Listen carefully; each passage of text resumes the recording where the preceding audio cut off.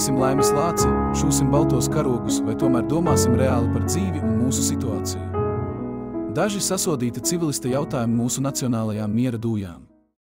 Kā jums šķiet, vai tomēr nebūtu labāk skatīties patiesībai acīs un atzīt pastāvošos draudus, nevis noliegt acīm redzamo? Vai nebūtu labāk teikt tautai patiesību, lai arī cik satraucoša vai nepatīkama tā nebūtu? Galu galā, nav jau mazie bērni, un par aizsardzības lietām parasti interesējas tieši pieaugušie cilvēki. Jā, es saprotu, ka daļa politiķu un arī daļa ierēdņu domā, ka patiesību teikt vienmēr ir kaitīgi. Varbūt, ka viņi pat grib labu, nu tā kā ārsts, kurš dažreiz šaubās vai teikt pacientam visu patiesību uzreiz. Un tomēr sabiedrība nav dumja. Tā pati lasa ziņas un citu analītiku internetā, arī no ārzemju avotiem, no visas pasaules. Un tad nu sanāk, ka mīļā miera labad mūsu amatpersonas kaismīgi noliedz katram civilistam acīm redzamas lietas. Kādas? Nu, pirmkārt tādas, ka Krievija tās patreizējā stadijā, nu nekādi nevar pati nokāpt no savas uzsāktās agresijas takas. Krievijas saimniecība ir pārvesta uz kara sliedēm, pārvest atpakaļ uz miera laika sliedēm to neviens negrasās un arī neprot. Krievijas diktatoram un noziedzīgajai varas elitei agresijas turpināšana ir vienīgais veids, kā viņi prot dzīvot un cer izdzīvot. Krievija ir nonākusi masīvā starptautiskā izolācijā, kas arī tā vienkārši netiks pārtraukta un nebeigsies. Tās draugi – Ziemeļkoreja, Irāna, Sīrija un dažas Āfrikas valstis. Nu jā, diemžēl arī Ungārija, Bulgārija un Slovākija, kuras cita starpā ir arī NATO valstis. Krievijas prezidents, šī agresīvā kara uzsācējs un uzturētājs, ir starptautiskā meklēšanā izsludināts kara noziedznieks. Krievijas tauta, propagandas un baiļu ietekmē ir pilnīgā šī diktatora ietekmē. Vai tiešām jūs iedomājieties, ka viņš vienkārši apstāsies, atvainosies un kļūs par mierīgu cilvēku? Vai kāds varētu iedomāties, ka Ādolfs Hitlers savulaik būtu pats apstājies Otrā pasaules kara vidū, pirms tas tika pilnīgi sakauts no sabiedroto puses? Padomāsim, kādi gan būtu iespējamie izejas ceļi vai risinājumi no šī stāvokļa, kurā Krievija ir nepārprotami pati sevi iedzinusi. Realistiski tie ir tikai divi. Pirmais, Krievija tiek sakauta pie tam tā, ka vairs nevar turpināt nekādu agresiju. Pēc sakāves tā pamazām atgriežas civilizētas un mierīgas valsts ietvaros ar sabiedroto palīdzību, bet stingrā uzraudzībā, lai nekad nespētu atjaunot jebkādu militāro potenciālu un apdraudēt kaimiņus. Otrais variants – Krievija uzvar un tad jau runā ar pārējo pasauli no spēka pozīcijām. Nepārprotami, vienīgā personiski pieņemamā izeja Krievijas diktatoram ir otrā. Tas burtiski ir viņa dzīvības vai nāves jautājums. Putins lieliski atcerās, kas notika ar Kadafi un saprot, ka sakāves gadījumā viņu gaida tas pats. Līdz ar to Putins, gluži kā savulaik Ādolfs, kausies līdz pēdējiem. Civilizētu vai racionālu rīcību tur velti gaidīt. Starp citu, Putins tiešām gandrīz burtiski atdarina Hitlera ideoloģiju, propagandas metodas un militāros izgājienus. Piemēram, savas tautas glorificēšana un sūdzības par tautiešu apspiešanu kaimiņu zemēs. Iebrukumi kaimiņu teritorijās un to aneksija, aizbildinoties ar nepieciešamību aizstāvēt tautiešus. Koridora ciršana uz Dancigu vai Krimu. Spēcoperācijas uzsākšana bez kara pieteikšanas, it kā lai nepieļautu agresīvo kaimiņu valstu gaidāmos uzbrukumus. Jūs taču atceraties, ka fašistiskā Vācija tā arī nekad nevienam nav uzbrukusi. Vismaz viņi paši toreiz tā teica. Vācijai uzbruka un to apdraudēja visi un no visām pusēm. Nabaga Hitlers tikai aizstāvējās.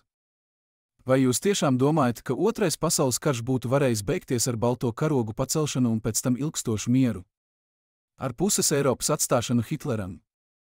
Nu nekādi, pilnīgi absurds pieņēmums. Nes kādēļ tagad daži uzskata, ka uzsākto karu iespējams kaut kā iesaldēt tā patreizējā stadijā, un pasaule var atgriezties pie normāla miera un saticības. Tas būtu pilnīgi utopiski. Putins ir vai nu jāsakauj, vai arī viņš mēģinās sakaut pārējos. To darīs ar viltu, uzpirkšanu, ietekmes aģentiem, propagandu un citādi. Arī ar tiešām militārām provokācijām un agresiju. Protams, kopējais civilizētās pasaules militārais, tehnoloģiskais un saimnieciskais potenciāls ir nesalīdzināmi pārāks par Krievijas spējām. Līdz ar to galu galā viņš tiks sakauts un nolikts pie vietas. Bet brīvās, civilizētās pasaules cīņas spars un noteiktība vēl nav līdz galam pamodusies. Un tas nu ir lielākais drauds tieši mums, Latvijai.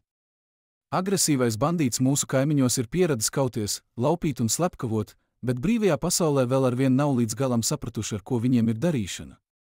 Vislabāk būtu, ja Putins jau šogad tiktu pilnīgi sakauts Ukrainā. Vienu brīdi šķita, ka tā arī notiks. Diemžēl muļķi un gļēvuļi ir visur. Muļķībai un lētticībai nav robežu un nav nacionalitātes. Paskatieties, kādu obstrukciju ASV kongresā īsteno Trumpa pakalpiņi Republikāņu partijā. Bijušajā Ronalda Reigana partijā, kurā no šī izcilā prezidenta vairs šķiet nav palicis ne smakas. Trumpistu obstrukcijas dēļ arvien kavējas tik ļoti nepieciešamā ASV militārā palīdzība Ukrainai. Rezultātā frontē vērojama stagnācija un munīcijas trūkums. Šķiet, ka vismaz šogad Ukrainas frontē gaidītie brīnumi nenotiks. Arī civilizētās Eiropas brīžiem pārāk lielā piesardzība, gļēvums spēlē savu lomu. Ja Ukraiņiem būtu savlaicīgi pieejami spēcīgāki ieroči, vēsture varētu būt iegriezusies citādi. Jā, arī pašā Ukrainā traucē gan korupcija, gan arī ienaidnieka spiegi un ietekmes aģenti. Visur ir gan savi nelieši, gan idioti, bet kopumā Ukraina šobrīd cīnās par pasaules drošību ar savām asinīm.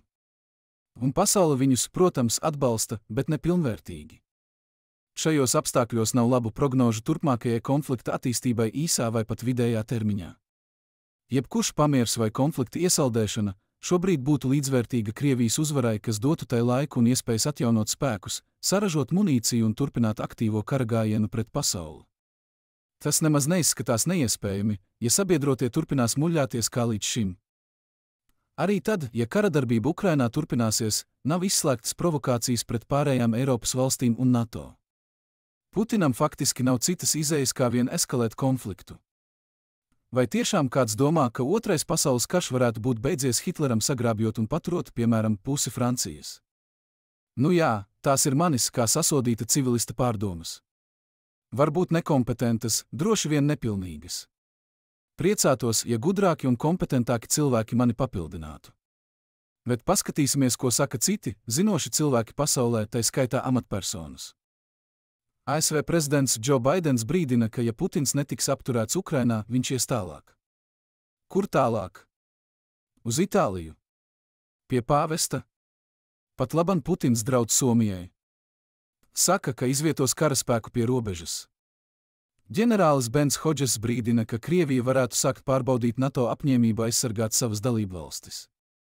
Zviedrijas un Vācijas valdību augstas amatpersonas ir izteikušas brīdinājumu, ka tuvāko 3 līdz 7 gadu laikā Krievija var reāli apdraudēt viņu valstis un sabiedrībai ir jāgatavojas iespējamam konfliktam ar Krieviju. Zviedrija ir pārtraukusi savu 210 gadu ilgušo neutralitāti un iestājusies NATO, jo sajūt reālus draudus no Krievijas. Somija līdzīgi. Starptautiskais kara pētīšanas institūts, ļoti ietekmīgs ASV ekspertu kopums, brīdina, ka Putins varētu sākt testēt un deldēt NATO apņēmību, nolūkā paplašināt savas ietekmes zonas. Nu pat šis institūts brīdina, ka munīcijas trūkuma dēļ Ukraiņu pusē Krievija varētu veikt sekmīgus pārsteigumu uzbrukumus vairākos virzienos. Polija būvē nocietinājumus uz austrumu robežas, Igaunija plāno darīt tāpat. Vācija nopietni apsver Krievijas militāros draudus viņiem.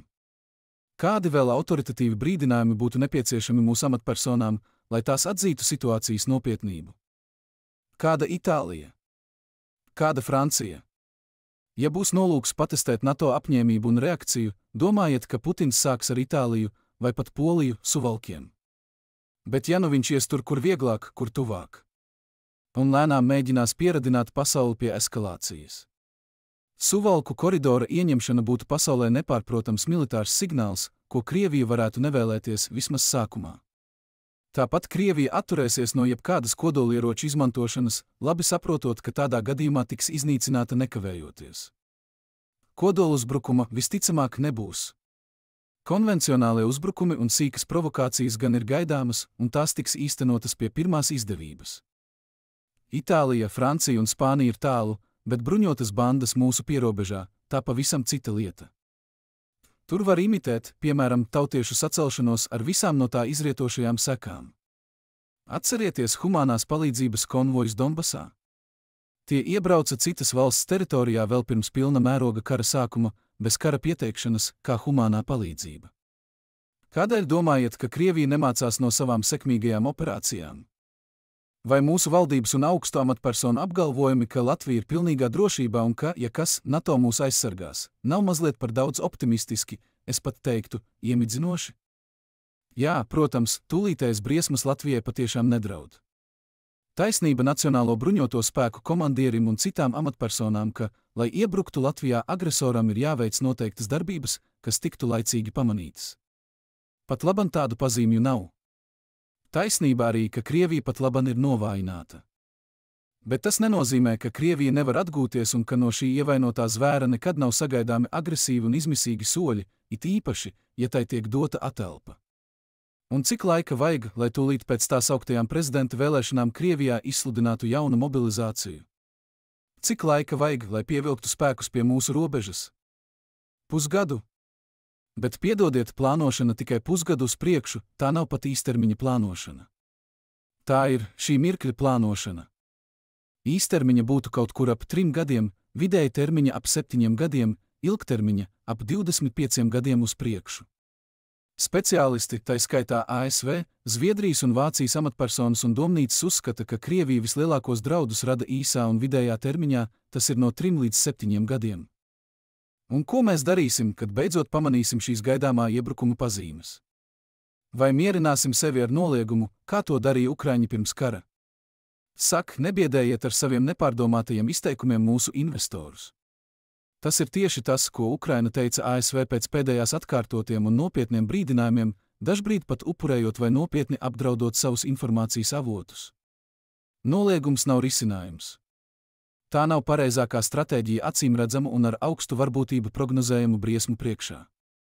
Vai šodien, sakot, ka Latviju nekas neapdraud, mēs nerīkojamies līdzīgi? Pie tam, vai mūsu amatpersonas būtu aizmirsušas klasiku, nekad netici baumām, pirms tās nav oficiāli noliegtas. Man nav iebildumu pret to, ko saka Latvijas valsts prezidents, tūlītēju draudu nav. Tālākā perspektīvā neviens nevar būt drošs. Turpinam strādāt bez nolemtības sajūtas. Un paldies viņam par līdz šim paveikto tieši Ukrainas politiskā un militārā atbalstīšanā, gan iepriekšējā amatā esot, gan pat laban. Man arī nav iebildumu pret Nacionālo bruņoto spēku komandiera teikto, ka pat laban Latvijai tiešu militāru draudu nav, un ja tādi parādīsies, mēs to pamanīsim. Bet es nekādi nevaru piekrist, ka Latvijas drošības situācija ne ar ko neatšķiras no Itālijas, Vācijas vai Francijas drošības situācijas.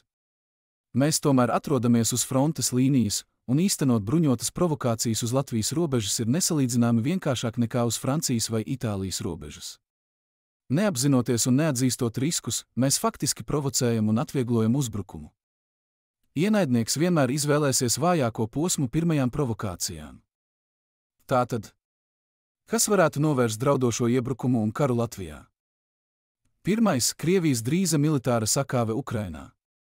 Ja tas notiks, visa pasaule uzgavilēs un atvieglot uzelpos. Lai Ukraiņiem veicas! Slava Ukrainai!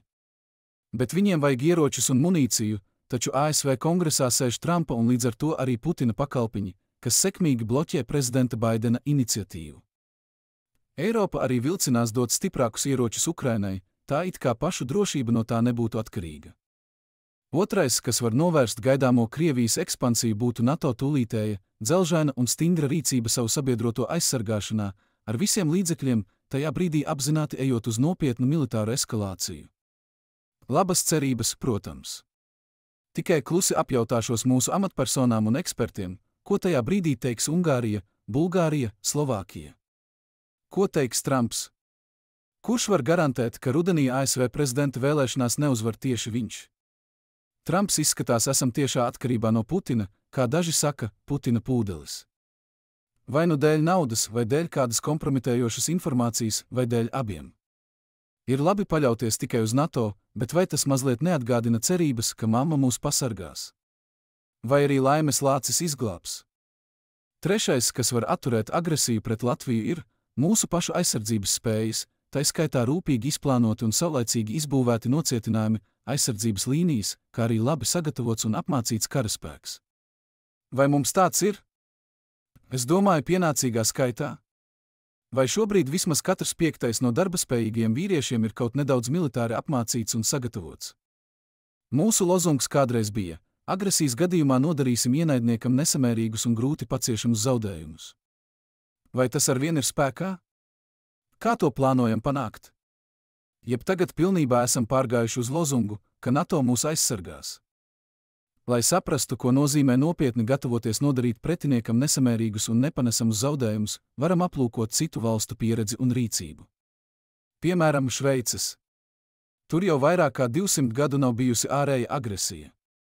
Pēdējais karš Šveices konfederācijā bija pilsoņu karš pašiem savā starpā. Un neskatoties uz to, tur visi vīrieši ir pakļauti kara dienestam un regulārām militārām papildapmācībām. Tauta ir bruņota. Armija labi sagatavota, tehniski apgādāta un daudzskaitlīga. Kalni tur ir necaurējami, īpaši, ja saspridzina tuneļus. Lūk piemērs valstī, kas rūpējas par mieru savā teritorijā. Un tas neskatoties uz to, ka Šveice ilgstoši ir neitrāla valsts un neiesaistās nekādos konfliktos. Visi vīrieši Šveicē iziet karaklausību un ir labi apmācīti. Kā ir ar mums? Nenoliedzami, mums ir labi un motivēti bruņotie spēki, bet vai to ir pietiekami daudz? Vai mums ir labi izplānotas un izbūvētas aizsardzības līnijas? Cik tādas patiesībā ir svarīgas, apliecina kaut vai nesenā Ukrainas pieredze, kad uz ātru roku uzbūvētā, tā sauktā Surovikina līnija izrādījās grūti pārvarams šķērslis Ukrainas aizstāvjiem. Vai esam izdarījuši visu nepieciešamo un iespējamo Latvijas aizsardzības spēju stiprināšanā? Patreiz un tagad, nevis tad, kad ienaidnieks jau būs uzsācis provokācijas uz robežas un sāks pievilkt karaspēku. Vai, lai mobilizētu sabiedrību un sabiedrisko domu militārā dienesta un zemessardzes paplašināšanai, gan nepieciešamā finansējuma piešķiršanai, nebūtu liederīgi necensties tik ļoti ieejāt Latvijas sabiedrību maldīgā drošības sajūtā? Vai nebūtu liederīgāk publiski atzīt to, kas katram lasīt protošam cilvēkam tāpat ir skaidrs? Latviju nopietni apdraud Krievija, un draudi ir visizteiktākie tieši īsā vai vidējā termiņā. Šos draudus var novērst tikai iepriekš aprakstītie apstākļi, no kuriem pēdējais ir pilnīgi mūsu pašu rokās. Protams, ir labi teikt, guliet mierīgi, atbildīgie dienesti strādā. Visi dienesti strādā. Bet vai mēs, nožēlojamie civilisti, varam būt pārliecināti, ka tiešām strādā? Un labi strādā nevis tā kā pasažieru vilciena vai Rail Baltica gadījumā. Un pat ne tā, kā mūsu veselības aprūpes sistēmā, kur atbildīgie dienesti un visas valdības pēc kārtas ir novedušas sistēmu pie patreizējā stāvokļa. Kā mums iet kaut vai ar slaveno drāšu žogu uz robežas? Ja valdība un atbildīgie dienesti neslēptu no sabiedrības patieso un nopietno Latvijas apdraudējumu, vai nebūtu vieglāk nodrošināt kaut vai nepieciešamo papildus budžeta finansējumu aizsardzībai? Speciālisti saka, ka vajadzētu pat 5% no iekšzemes koprodukta. Grūti kaut ko tādu balsot parlamentā, ja viss tāpat ir kārtībā, dienesti strādā un NATO mūs aizsargās.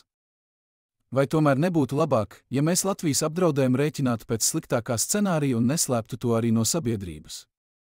Tad varbūt kopīgiem spēkiem varētu šo apdraudējumu arī novērst. Kamēr vien dzelžaini un pārbaudāmi nebūs īstenojušies vismaz 2 no 3 iepriekš nosauktajiem apstākļiem, man nav pamata mainīt savu iepriekš plaši izskanējušo viedokli par Latvijas apdraudējumu īsā un vidējā termiņā. Trešais no apstākļiem – mūsu gatavība aizsargāties ir pilnīgi mūsu pašu rokās. Enerģiskāka rīcība no Saeimas, valdības un bruņotajiem spēkiem patiešām varētu novērst draudošo iebrukumu un karu Latvijā. Taču neko neizdosies novērst neko nedarot. Briesmas neizzudīs, ja neizdarīsim visu iespējamo un paši sev teiksim, ka viss tāpat būs kārtībā. Ja gribi mieru, gatavojies karam. Veiksmi Saeimai, veiksmi valdībai, veiksmi bruņotajiem spēkiem. Lai Latvija kļūst stipra un labi aizsargāta. Lai miers mūsu mājās. Ar patiesu cieņu un uz mūžiem jūsu. Sasodītais civilists.